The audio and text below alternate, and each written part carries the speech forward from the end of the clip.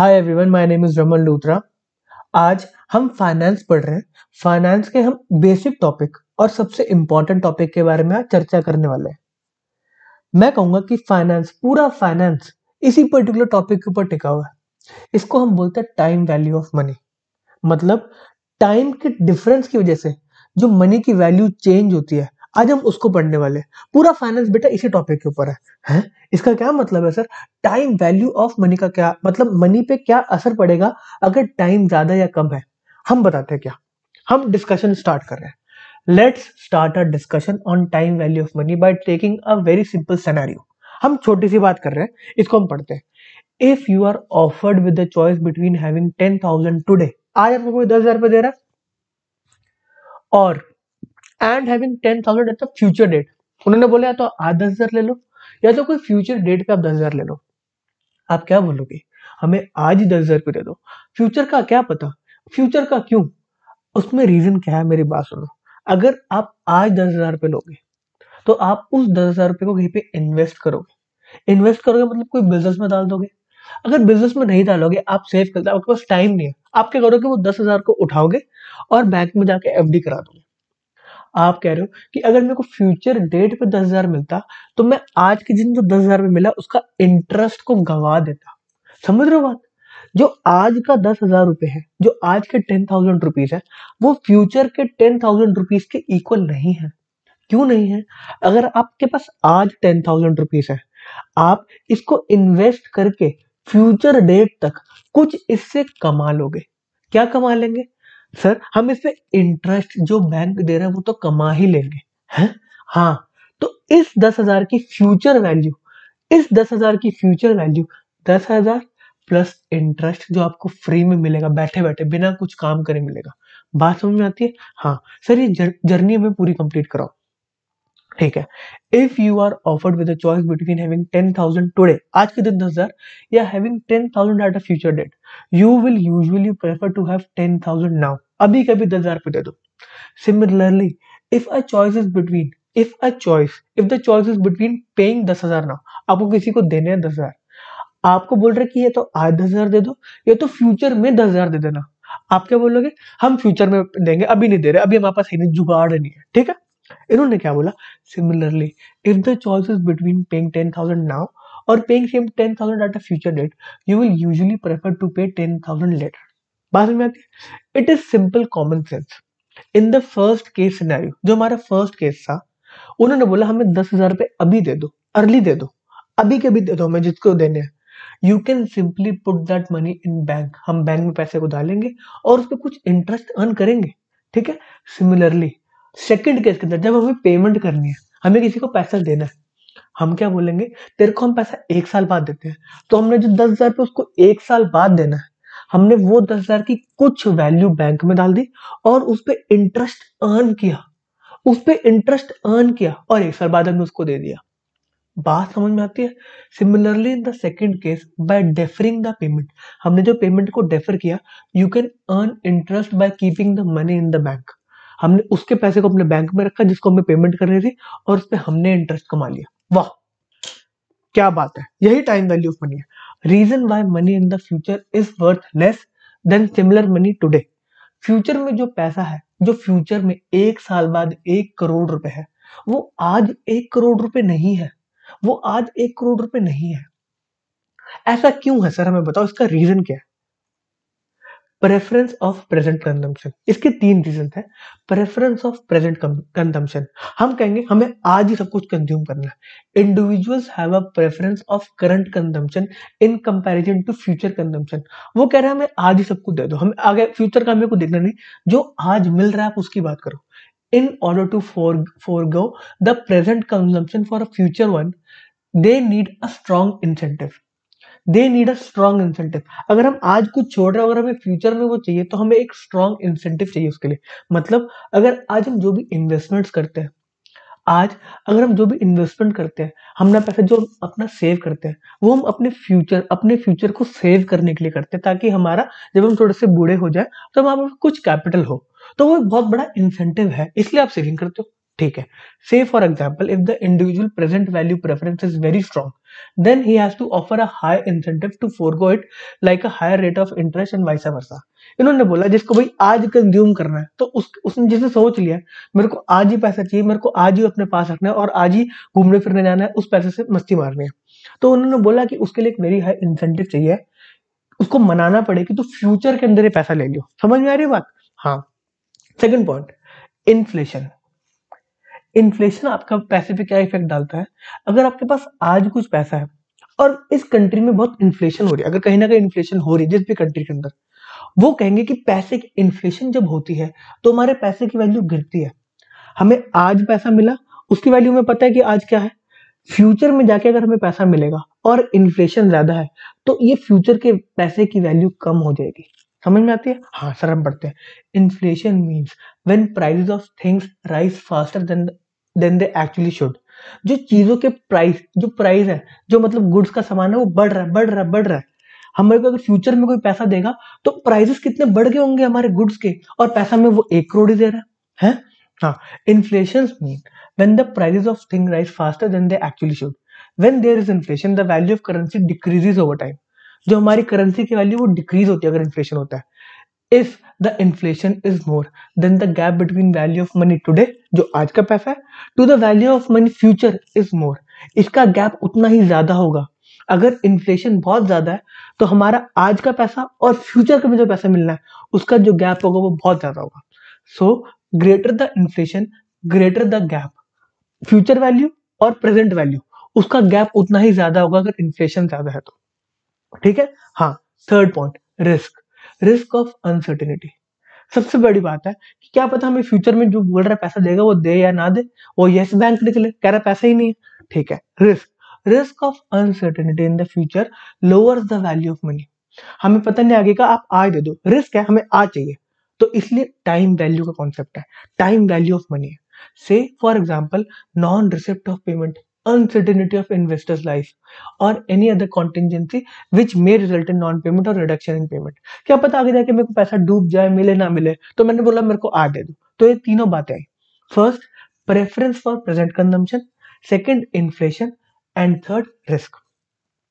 आज हम time value का एक क्वेश्चन भी करेंगे और हम बॉन्ड की वैल्यूएशन भी करेंगे। है बॉन्ड की वैल्यूएशन इसी से रिलेटेड है, इसलिए हमने उसको साथ में मर्ज कर दिया। सर बताओ क्या होता है? जो हमारा टाइम वैल्यू ऑफ मनी है वो सबसे ज्यादा ब्यूटीफुली एक्सप्लेन्ड है इस कॉन्सेप्ट के अंदर, कंपाउंडिंग एंड डिस्काउंटिंग। कंपाउंडिंग क्या होता है? आप प्रेजेंट वैल्यू से जब फ्यूचर वैल्यू की तरफ जाते हो, जब फ्यूचर वैल्यू की तरफ जाते हो तो उसको हम कंपाउंडिंग बोलते हैं। आप प्रेजेंट वैल्यू आपने कुछ इन्वेस्ट किया, उस पर इंटरेस्ट लगा लगा के आप फ्यूचर वैल्यू में जाते हो, है इसको बोलते हैं हम कंपाउंडिंग। कंपाउंडिंग वही वही कोई कहता है कि आपको फ्यूचर में मैं आपको 1 करोड़ रुपए दूंगा, फ्यूचर में कहेगा आपको मैं 1 करोड़ रुपए दूंगा, मैं कहूंगा नहीं नहीं नहीं, मैं उस वैल्यू को डिस्काउंट करके लाऊंगा, मैं कहूंगा उसको डिस्काउंट करो और मेरे को आज थोड़ा कम पैसा दे दो, मेरे को थोड़ा सा कम पैसा दे दो, मेरे को चलेगा। उसको कहते हैं हम डिस्काउंटिंग। हम फ्यूचर वैल्यू को डिस्काउंट करके प्रेजेंट वैल्यू पे लेकर आ रहे हैं। सॉरी। कंपाउंडिंग हम प्रेजेंट वैल्यू से फ्यूचर वैल्यू में जा रहे हैं, और डिस्काउंटिंग हम फ्यूचर वैल्यू से प्रेजेंट वैल्यू की तरफ आ रहे हैं। सर ये हमें समझ में नहीं आया। अच्छा, इसका हम क्वेश्चन करेंगे फिर समझ में आएगा। ठीक है। अच्छा, अभी हम करते हैं इंटरेस्ट वाले कॉन्सेप्ट में, इन दो पार्ट में डिवाइड करा। एक होता है सिंपल इंटरेस्ट, जो हम सबको बहुत अच्छे से आता है। सिंपल इंटरेस्ट क्या है? हमने कोई प्रिंसिपल इन्वेस्ट करी, उसके ऊपर सिंपल सिंपल हमें बोला कि आपने 1 करोड़ रुपए इन्वेस्ट किया, आपको 10% का रेट ऑफ इंटरेस्ट मिलेगा। सिंपल। सिंपल के केस के अंदर क्या है? 1 करोड़ रुपए पे पहले साल मेरे को मिलेगा 10 लाख रुपीज 10% के हिसाब से, और सेकंड ईयर मेरे को फिर 10 लाख रुपीज मिलेगा। ये सिंपल इंटरेस्ट है। मतलब अब जितने साल भी पैसा इन्वेस्टेड रहेगा मेरे को 10 लाख रुपीज मिलता रहेगा 10% के हिसाब से। सिंपल इंटरेस्ट वो मुझे दे रहे हैं।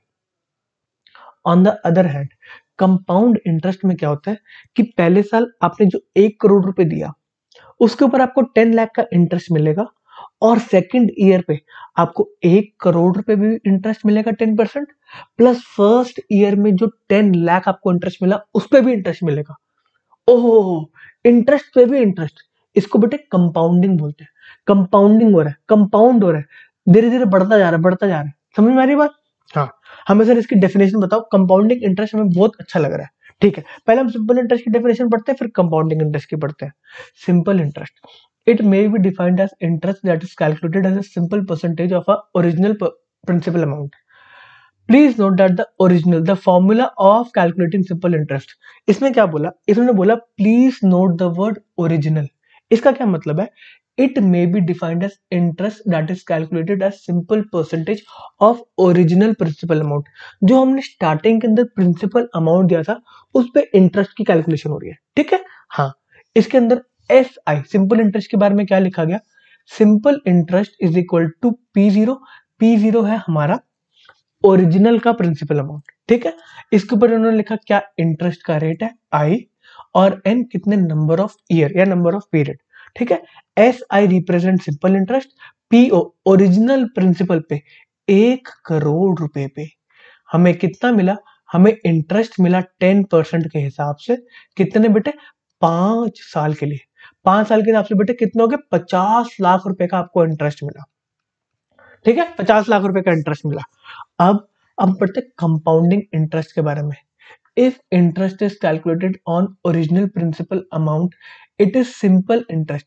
जब हम कैलकुलेट करते हैं ओरिजिनल प्रिंसिपल अमाउंट पे इंटरेस्ट को, तो उसको हम सिंपल इंटरेस्ट बोलते हैं। When interest is calculated on total of previously earned interest and original principal.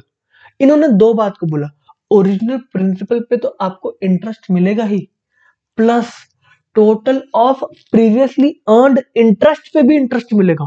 ओह, क्या बात बोल दी है, फिर से पढ़ाओ sir. When interest is calculated on total of previous earned interest, जो आपने पहले इंटरेस्ट कमा रखा है प्लस ओरिजिनल प्रिंसिपल जो आपने दिया था, उन दोनों को मिलाकर आपको इंटरेस्ट मिलेगा, उसको हम कंपाउंड इंटरेस्ट बोलते हैं। Naturally, the amount calculated on the basis of compound interest is higher than when calculated with the simple interest. बात समझ में आती है, इन्होंने बोला जो कंपाउंड इंटरेस्ट में निकलेगा इंटरेस्ट, वो सिंपल इंटरेस्ट से ज्यादा होगा। हाँ, सिंपल बात है, हमें समझ में आती है, क्या इसने लिख के दे दिया, ठीक है। अब हम पढ़ते क्या, इन्होंने बताया कि फ्यूचर वैल्यू हम कैसे निकालेंगे कंपाउंड करने के बाद, ठीक है। Future value, this is also known as terminal value.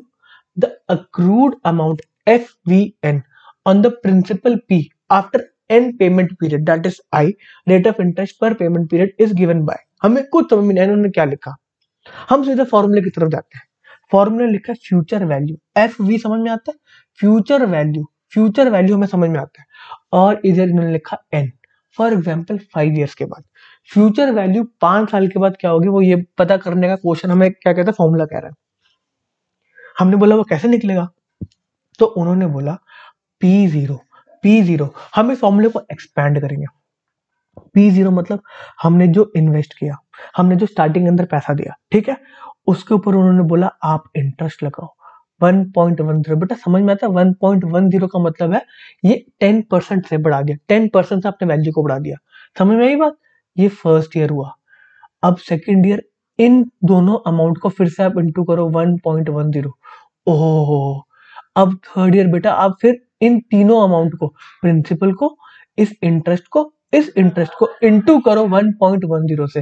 ये 3 साल हो गए, फिर 4 साल 1.10, फिर 5 साल 1.10। बेटे इन्होंने जो फॉर्मूला लिखा है ना वो यही लिखा है। हम फॉर्मूले को फिर से पढ़े, P0 इसको ब्रैकेट में 1 प्लस इंटरेस्ट है 10% 0.10 और ऊपर 5। ये बेटा आप इसको ऐड करोगे ना, यही निकल के आएगा, इन्होंने यही लिखा है। तो फ्यूचर वैल्यू का सिंपल सी बात है, प्रिंसिपल को उन्होंने कंपाउंड करके इंटरेस्ट लगा लगा के उन्होंने बोला फ्यूचर वैल्यू ये है। हम आज कुछ पैसा इन्वेस्ट करते हैं, उस पर कंपाउंड होगा 5 साल तक, तो उसकी फ्यूचर वैल्यू क्या निकल के आएगी, उसका फॉर्मूला उन्होंने दे दिया। फॉर्मूला समझ में आता है, हाँ सर हमें समझ में आता है। सर हमें और इसको फॉर्मूले को तोड़ के बताओ। अच्छा बेटा ये आई का मतलब क्या है, annual rate of interest, number of payment पर पीरियड। इन्होंने इस बात को थोड़ा सा आगे बढ़ा दिया। जो हमने ऊपर पढ़ा वो क्या था कि जो कंपाउंडिंग हो रही है वो एनुअली हो रही है, मतलब 10% पर एनम मिल रहा है, और इंटरेस्ट पे इंटरेस्ट 1 साल बाद मिल रहा है। बात समझ में आती है, हमें 1 साल बाद जो इंटरेस्ट मिला, फिर उसके बाद हमें इंटरेस्ट पे इंटरेस्ट मिला और प्रिंसिपल पे भी इंटरेस्ट मिला, ठीक है, ये बात हमें क्लियर है। अब इन्होंने बोला हम कंपाउंडिंग कुछ और तरीके से करते हैं, मतलब हम कंपाउंडिंग हाफ ईयरली कर ले हैं। हाफ ईयरली, हम कंपाउंडिंग क्वार्टरली कर ले, हम 3-3 महीने में कंपाउंड कर रहे हैं, इसका क्या होगा हमें ये समझाओ। इसको हम क्वेश्चन के तरीके से करेंगे, हम क्वेश्चन के तरीके से करेंगे, ठीक है। हाँ, 2000 is invested at an annual rate of interest 10%। 2000 रुपए इन्वेस्ट करें एट द रेट ऑफ 10% पर। What is the amount after 2 years, 2 year के बाद की बात कर रहा है, कंपाउंड करने के बाद 2000 के कितने हो जाएंगे अगर हम कंपाउंडिंग इंटरेस्ट चल रहा है? हम देखते हैं क्या होगा, ठीक है। हाँ, हम देखते हैं क्या होगा। चलो, 2000 रुपए पे हम करेंगे 1.10 एक बार और 1.10 2 बार, ठीक है। इसको हमने इंटू किया, ये आएगा कितना, ये आएगा कितना, देखो 1.1 की पावर 2 है ना, ये आएगा 2420। बात समझ में आते हैं, सिंपल, वेरी इजी। ये मैंने ये बहुत इजी सर, डिफिकल्ट कराओ। बी आया हमारा फॉर सेमी एनुअल कंपाउंडिंग। अब क्या बात बोली, हम कंपाउंडिंग कर रहे हैं, हम इंटरेस्ट पे इंटरेस्ट दे रहे हैं, बट हम उसको कंपाउंड पहले 1 साल में कर रहे थे, अब हम कंपाउंड उसको 6-6 महीने में करेंगे। हैं, आप 6-6 महीने में कंपाउंड करोगे, मतलब जो आपने 6 महीने में इंटरेस्ट कमाया, अब हम 6 महीने पे उस पे भी इंटरेस्ट देंगे अगले 6 महीने पे। समझ रहे हो बात, वो कह रहे हैं हम 6 महीने बाद ही कंपाउंडिंग कर देंगे, ऊपर 1 साल के बाद कंपाउंडिंग हो रही थी। अब उन्होंने बोला आप 6 महीने बाद कंपाउंडिंग कर लो, तो मैंने उनसे बोला मैंने 6 महीने में कितना रेट ऑफ इंटरेस्ट कमाया, मैं पूरे साल में 10% का रेट ऑफ इंटरेस्ट कमा रहा था, तो मैं 6 महीने में कितने, मैं 12 महीने में 10% का रेट ऑफ इंटरेस्ट कमा रहा था, तो मैं 6 महीने में 5% कमाऊंगा। हाँ, तो 5% पे कंपाउंडिंग होगी। कंपाउंडिंग कितनी बार होगी, कंपाउंडिंग कितनी बार होगी, 10% पे 2 साल में, 10% पर ईयर है, 2 साल में 2 बार कंपाउंडिंग हो रही थी। अब हाफ ईयरली हो गया, हाफ सेमी एनुअली हो गया, तो मतलब 5% का रेट ऑफ इंटरेस्ट मिलेगा मेरे को 6 महीने के लिए, और 2 साल में 6 महीने कितनी बार आते हैं, 4 बार। तो 0.5 इंटू 4, हम 5-5% को 4 बार कंपाउंड कर रहे हैं। इसको इस तरीके से रीड करते हैं। इसका फॉर्मूला क्या बनेगा, इसका फॉर्मूला बनेगा 2000, इसको हम 1.05, 5% से कंपाउंड कर रहे हैं, कितनी बार, कितनी बार, इसको बेटा हम 4 बार करेंगे, 1.05, 1.05। इसका फॉर्मूला क्या बन गया है, ये देखो बेटा, 2001 प्लस 0.05 और इसकी पावर 4। सेम कैसे बेटा मंथली और डेली के साथ। मंथली के अंदर क्या होगा, मंथली रेट ऑफ इंटरेस्ट क्या निकलेगा, आपको 10% एनुअली मिल रहा था, 0.833 मिलेगा। अब कितने मंथ होंगे 2 साल के अंदर, 24। Easy, easy. जितनी ज्यादा आपको कंपाउंडिंग होगी ना, उतना ज्यादा रेट ऑफ इंटरेस्ट है, उतना ज्यादा फ्यूचर वैल्यू होगा। पहले केस के अंदर कंपाउंडिंग एनुअली था तो 2420 था, अब जब हाफ ईयरली कंपाउंडिंग हो रहा है तो 2431 होता है। अब अगर मंथली कंपाउंडिंग है तो 244, देखो वैल्यू बढ़ती जा रही है, वैल्यू बढ़ती जा रही है। सेम केस इसके अंदर भी है बेटा, डेली कंपाउंडिंग भी करो, आप रोज का रोज कंपाउंडिंग, रोज का रोज कंपाउंडिंग। सर कैसे करें, देखो बेटा इन्होंने इंटरेस्ट 10% को 365 डे से डिवाइड कर दिया और इसकी वैल्यू निकाली 0.00027, और उसको इंटू कितने से किया बेटे, डेली कर रहे हैं तो 2 साल में कितने दिन होंगे, 365 इंटू 2, 730। वाह वाह, लो बेटा देखो साहब निकल के आ गया। अब सर हमें ये बात समझ में आती है, अब हमें फॉर्मूला भी इसका सिखा दो। है फॉर्मूला, चलो बेटा फॉर्मूला की तरफ चलते हैं। फॉर्मूले ने क्या बोला कि रेट ऑफ इंटरेस्ट जो भी है, हमारे केस के अंदर हम सेमी एनुअली वाला करते हैं, 10 10 10, और कह रहे हैं number of payment period per year, semi annually के अंदर दो दो, तो हमारा जो रेट ऑफ इंटरेस्ट निकल गया है वो 5% निकल गया है, ठीक है। हाँ, आई उन्होंने बोला 5% लिख दो, 5%, ठीक है। और 1 प्लस ये N is known as the future value factor, ठीक है, ये फ्यूचर वैल्यू फैक्टर होता है पूरा। अब when compounding is done k times in a year at an annual interest rate of r, अब ये जो n आएगा ना, ये नंबर ऑफ ईयर जितने हैं डिवाइडेड बाय आपने कितने, ये k से आप इंटू कर दोगे, n इंटू k, कितने से आपने डिवाइड किया, कितने से आपने डिवाइड, मतलब कितने से आपने कितने कितने पीरियड में वो डिवाइड होगा, नंबर उतने से ही बढ़ जाएगा जितने से आपने रेट ऑफ इंटरेस्ट को कम किया है। बात समझ में आती है। हाँ सर, हमें ये वाला एग्जांपल में से ज्यादा समझ में आया, ये वाला एग्जांपल हमने अच्छे से समझ लिया। ओके, अब हम बात करते हैं थोड़ी सी आगे। हमने फ्यूचर वैल्यू निकालना सीख लिया, हाँ हमने सीख लिया। अब हम उल्टी बात कर रहे हैं, हम कह रहे हैं प्रेजेंट वैल्यू निकालो। पिछली बारी हमने फ्यूचर वैल्यू निकालना सीखा था, अब हम कह रहे हैं प्रेजेंट वैल्यू कैसे निकालेंगे। अगर हमें कोई फ्यूचर की वैल्यू दे दी है, उसकी प्रेजेंट वैल्यू क्या होगी हमें ये बताओ। हमने कहा इसको उल्टा कर दो, और कुछ नहीं करना, इसको उल्टा कर दो। Let's first define present value. Simple definition of present value, present value आज की value is the current value of future amount. जो फ्यूचर में अमाउंट मिलनी है उसकी आज की वैल्यू क्या है। It can also be defined as the amount to be invested today. Today आज आप कितना इन्वेस्ट करो at a given rate over a specified period to the equal amount of future amount. आपको जो स्कीमें आती है, आपको जो फोन करते हैं कि आप आज हमें 1 लाख रुपीज दो, आज आप हमें 1 लाख रुपीज दो, आपको 2 3 4 साल के बाद हम 1.5 लाख रुपए देंगे, हम 2 लाख रुपए देंगे। बेटा वो यही करते हैं।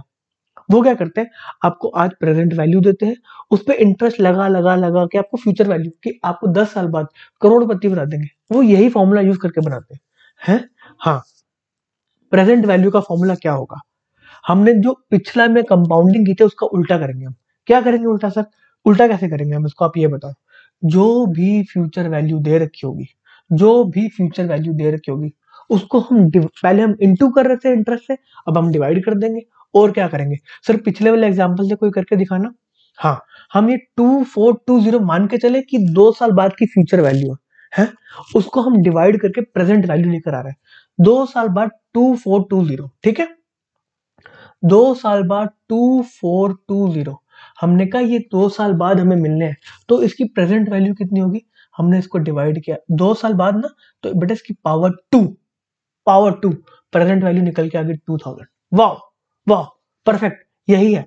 अगर बेटे कोई कोई भी अमाउंट दे रखी है, अगर आपको 1 करोड़ रुपए 10 साल बाद जाके मिलेंगे, 1 करोड़ रुपए 10 साल बाद जाके मिलेंगे, तो आप उसकी प्रेजेंट वैल्यू कैसे निकालोगे।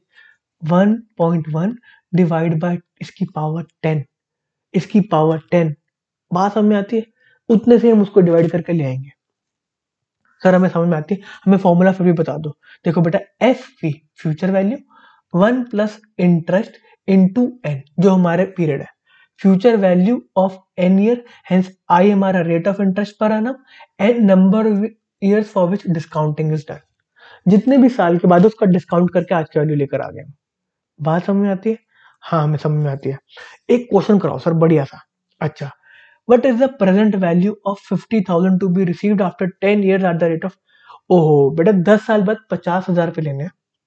आप आज बात कितने पे नक्की कर रहे हो, आप आज कितने पे संतुष्ट, मतलब आज आप कितने रुपए पे खुश हो जाओगे। 50,000 आपको बोलेगा आपको 10 साल बाद जाके मिलेंगे। क्या हमें मिलेंगे 50,000 रुपए 10 साल बाद। हमें आज कितनी अमाउंट मिल जाए कि हम ओके कर दे कि आप आज दो, बात खत्म करो, आगे 10 साल बाद की है। इसको हम कैसे करेंगे, 50,000, 50,000 डिवाइड बाय 1.10, इसकी पावर 10, इसकी पावर 10 है, इसकी पावर 10। इसका आंसर क्या आया, इसका आंसर आया ये 19,277। हमें आप 19,277 रुपए दो, 19,277 दो, और डन, बात ओके। 10 साल बाद वाली कम, आज की वैल्यू उस 50,000 की है 19,277। सर ये वैल्यू निकालना ही तो हमें नहीं आता। हम वैल्यू ये कैसे निकाले, 0.3855 ये क्या है। ये प्रेजेंट वैल्यू फैक्टर है। पहली बात तो बेटा, ये present value factor, this is present value factor. Present की वैल्यू का फैक्टर क्या है। इस 0.3855 का मतलब ये है कि जो 1 रुपी 10 ईयर्स के बाद है, उस 1 रुपी की आज की वैल्यू कितनी है। उस 1 रुपी की आज की वैल्यू 38 पैसा है। इसीलिए हमने 50,000 रुपीज को 38 पैसा से इंटू करके उसकी वैल्यू निकाली टोटल।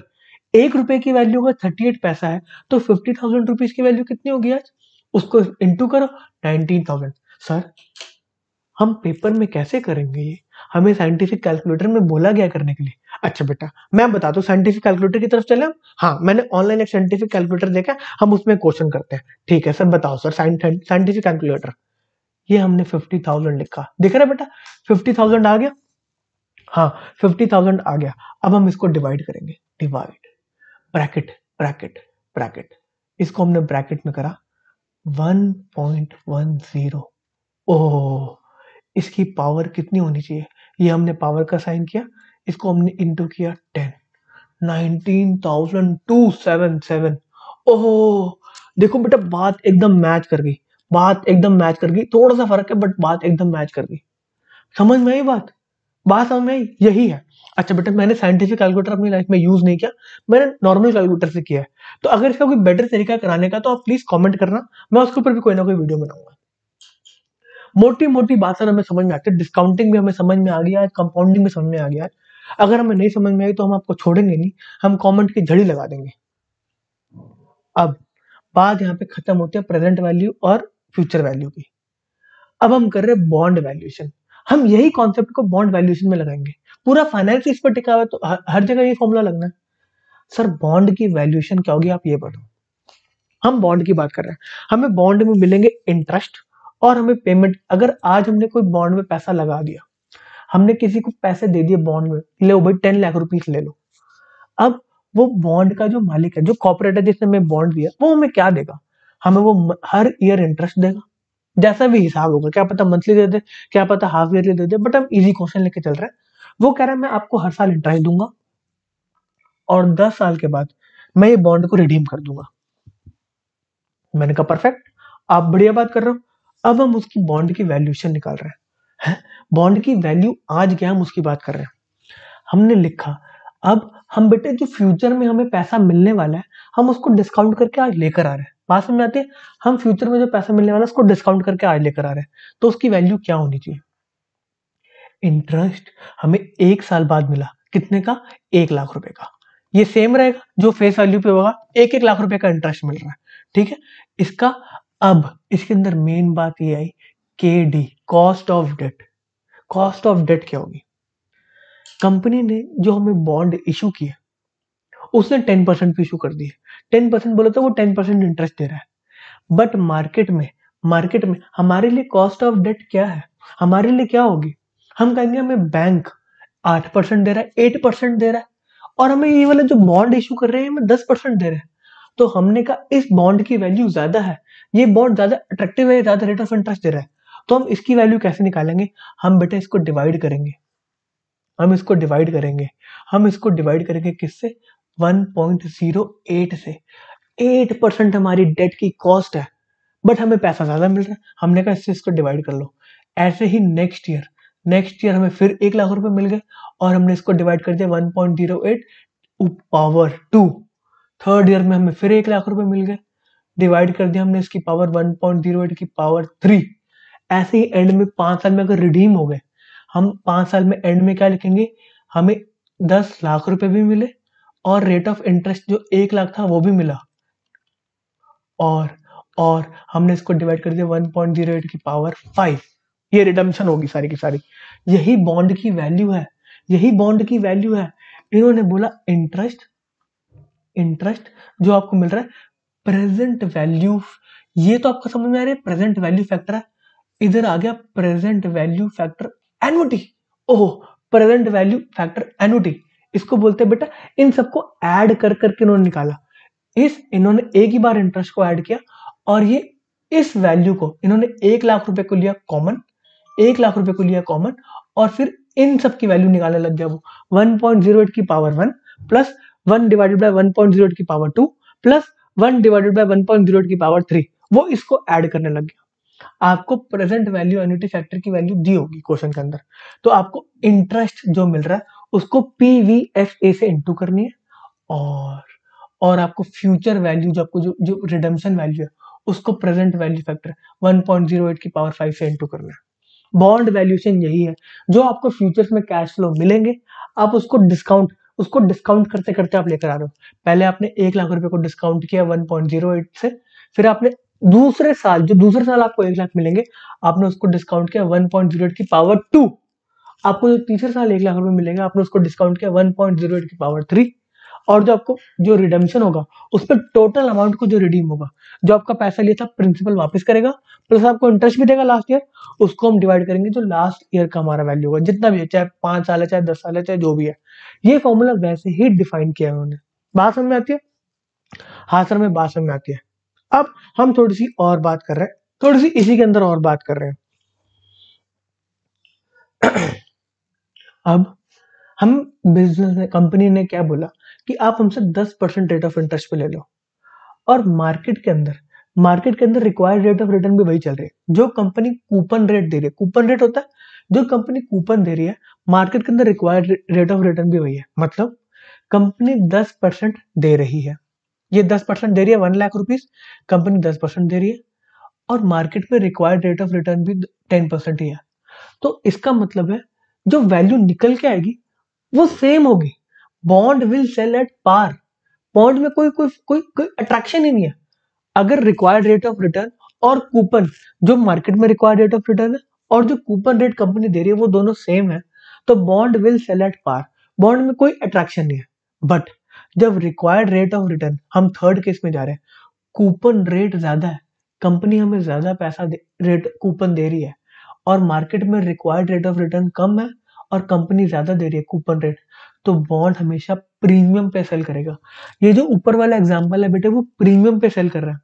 कंपनी हमें कूपन 10% दे रही है और मार्केट में रेट ऑफ इंटरेस्ट है 8%, तो उसका बॉन्ड महंगा बिक रहा होगा। उसका बॉन्ड महंगा क्यों बिक रहा है? क्योंकि वो अट्रैक्टिव रेट ऑफ इंटरेस्ट पे दे रहा है। अगर ऐसे होता कि मार्केट में रिक्वायर्ड रेट ऑफ रिटर्न ज्यादा होगी, स्टार्टिंग में कंपनी ने क्या बोला, हम इसके ऊपर 6% या 7% देंगे। कंपनी ने इशू कर दिया 10 साल के लिए, कंपनी ने बॉन्ड को इशू कर दिया 10 साल के लिए और बोल दिया कि हम 8% आपको बॉन्ड पे देंगे। उन्होंने फिक्स करके दे दी बात, हाँ। बट मार्केट में धीरे धीरे आगे जाते जाते रेट ऑफ इंटरेस्ट बढ़ने लगे बढ़ने लगे बढ़ने लगे, कंपनी का कूपन रेट वही चल रहा है। अब बॉन्ड लेस अट्रैक्टिव होता जा रहा है। अब कह रहे अब ये बॉन्ड कोई नहीं लेगा, बॉन्ड कोई लेगा ही नहीं, कहेगा मार्केट में रेट ऑफ रिटर्न ज्यादा मिल रहा है और ये बॉन्ड सिर्फ 8% दे रहा है, मार्केट में 10% मिल रहा है, तो bond will sell at discount. उस केस के अंदर बॉन्ड बॉन्ड डिस्काउंट पे बिकेगा। बात समझ में आती है? ठीक है। इस आपके एग्जाम के लिए इतना ही रेलिवेंट मुझे लगता है, इससे ज्यादा मेरे को नहीं लगता। एक और कॉन्सेप्ट होता है ड्यूरेशन ऑफ बॉन्ड, मेरे को लगता है वो आपसे पूछेंगे क्योंकि वो थोड़ा सा बड़ा फॉर्मूला है। मेरा आपसे बॉन्ड वैल्यूएशन आपको समझ में आता है कि हम बॉन्ड की वैल्यू कैसे निकालेंगे। फ्यूचर में हमें जितने कैश फ्लोज होने हम उसको डिस्काउंट करके लेकर आए, हमने उसकी प्रेजेंट वैल्यू आज निकाल के दे दी। उसके अंदर दो कॉन्सेप्ट यूज होंगे, एक प्रेजेंट वैल्यू फैक्टर एन्युटी वाला और एक प्रेजेंट वैल्यू फैक्टर जो जो हमारा जो 5th ईयर पे अगर हमें मिलना है। बात समझ में आती है? हम इंटरेस्ट को हर साल डिस्काउंट करेंगे, प्लस जो हमारा लास्ट ईयर पे रीपेमेंट होगा, प्रिंसिपल रीपेमेंट प्लस इंटरेस्ट, उसको भी हम डिस्काउंट करके ले आएंगे। और ये सारे के सारे केस आपको समझ में आने चाहिए। हाँ सर, ये हमें समझ में आते हैं। आई होप आपको ये बॉन्ड वैल्यूएशन वाला कॉन्सेप्ट समझ में आएगा। अच्छा, मैं एक और बात करने आता हूँ। ये जो हमने प्रेजेंट वैल्यू वाला फैक्टर का कॉन्सेप्ट था, वो हमने एक अकाउंटिंग स्टैंडर्ड में भी यूज किया था। वो था accounting standard 10 profit PPE, property plant and equipment.